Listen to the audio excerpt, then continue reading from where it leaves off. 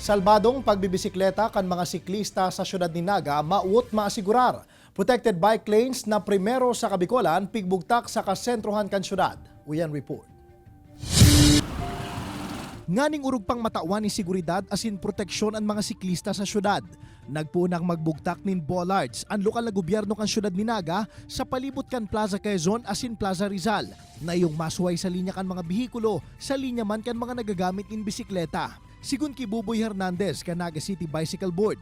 Saruan lakdang na ini sa pagpapahiling na seryoso ang sa indang opisina sa kampanya nganing itulod ang pagkakaigwan ng protected bike lane sa syudad. Yung situation niya sa mga cyclists, dakulang bagay ni na nakapuna kita. Ibig sabihin nag-open na ang mga arog kani mga programa. Una, nagpuong kita sa paparpintura lang.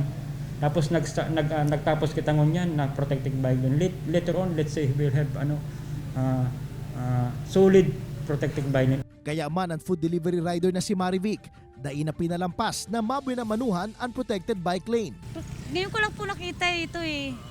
Okay naman, mas maganda to kaysa dito kami dumadaan.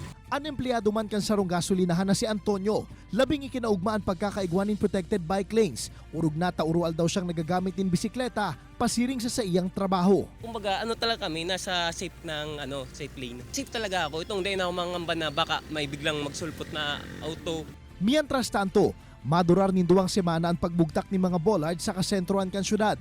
Nasigun kay Hernandez, magiging dakulang proteksyon, urug na sa mga kakian na nag-aadal pa sa ng magbisikleta.